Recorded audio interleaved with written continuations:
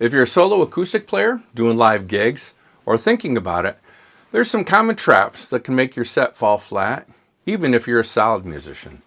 I've made many of these mistakes myself and seen plenty of others do the same. Today, I'm breaking down 6 of the most common ones so you can avoid them and level up your live game. I'm Barry, and I've been gigging for years.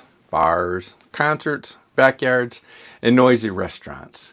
And I want to give you 6 things to get right before you hit that stage.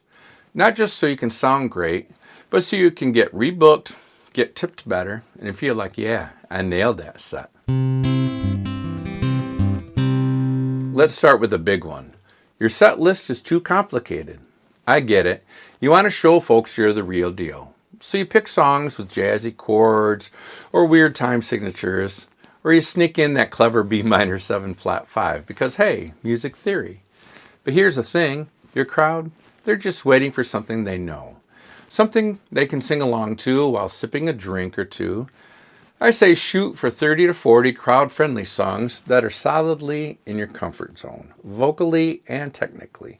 You don't need to play some crazy or complicated guitar part. People are mainly just listening to your voice, your confidence, and something they recognize and can connect to. Think Last Kiss, Wagon Wheel, Stand By Me. Simple, familiar, and they always land.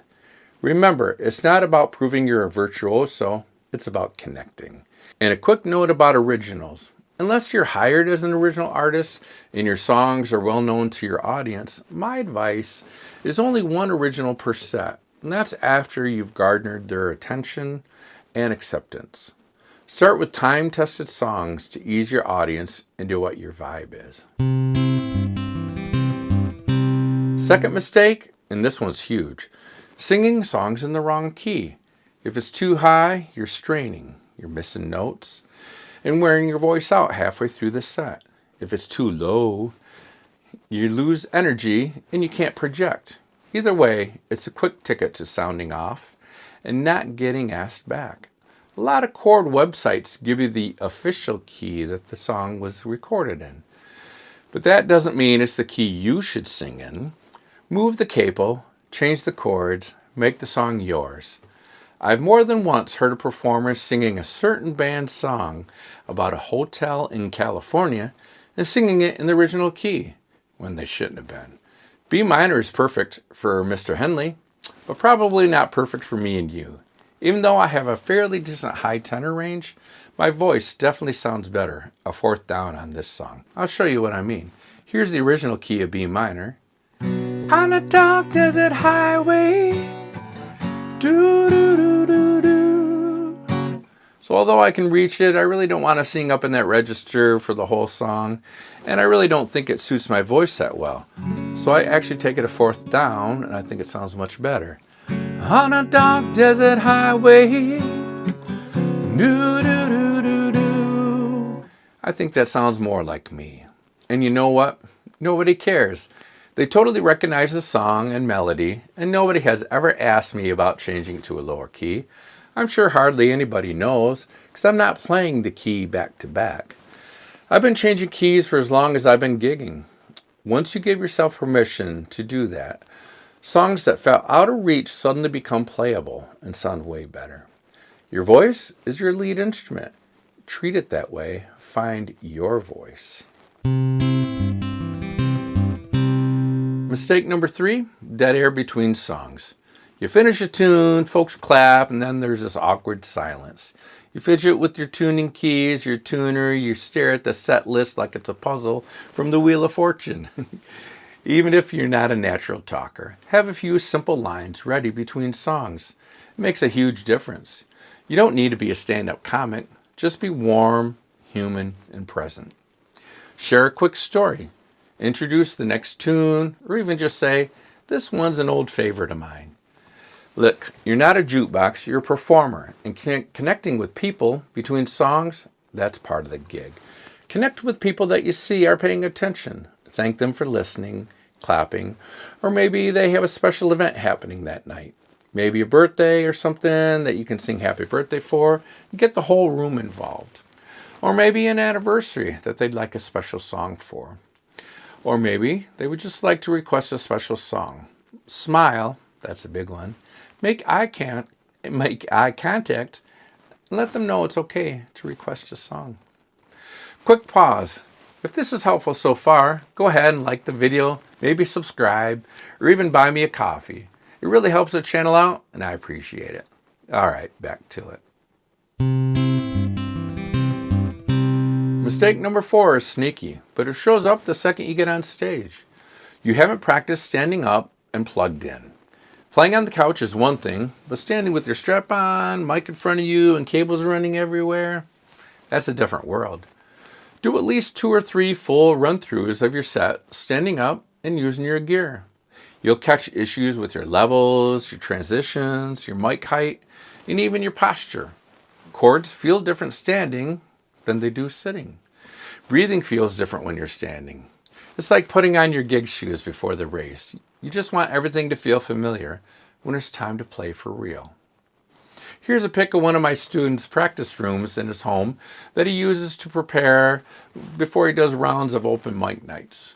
Notice that he practices standing up, which is apparent by how his mic is set up.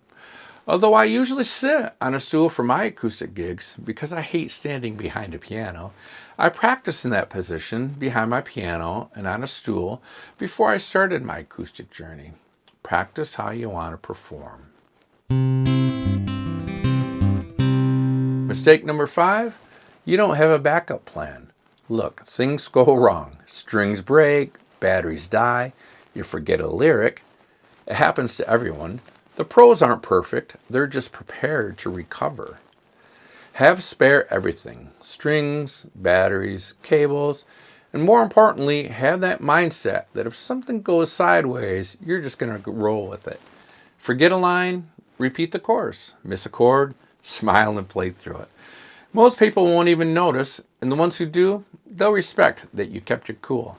My duo partner always reminds me, nobody cares, from the movie Jurassic Park. Dodson!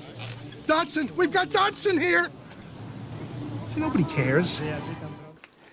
And you know what? He's right. People are there just for an enjoyable evening, not to critique you. Stay confident. And last, mistake number 6, constantly chasing new songs. With how easy it is to find song tutorials online, it's tempting to learn something new every time you play out. But here's the truth.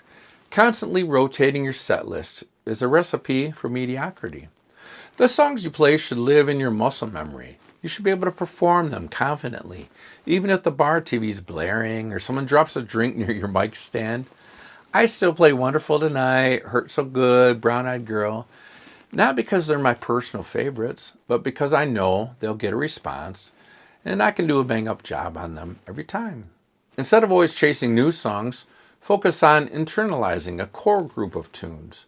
Know them so well that you can relax, connect with your audience, and handle distractions without missing a beat. That's what separates a good performer from a great one. So I actually put all of these tips into a simple checklist you can download, keep in your gig bag or phone. It's totally free and helps you remember the big stuff before and during a set. There's a link down below. Grab it if you want that extra layer of confidence. So let's recap real quick. Keep your set list simple and singable. Put every song in the right key for your voice. Rehearse a few things to say between songs. Run your set standing up and plugged in. Be ready to recover when things go wrong. And really learn and internalize your core group of songs. Get these 6 things dialed in and your confidence will shoot up. You'll sound better, feel better, and you're way more likely to hear, hey, when are you going to be playing here again? And don't overthink it. Gigging is supposed to be fun. So breathe, smile, and play like you mean it, even if you make a mistake or two. Thanks for watching, and I'll see you in the next one.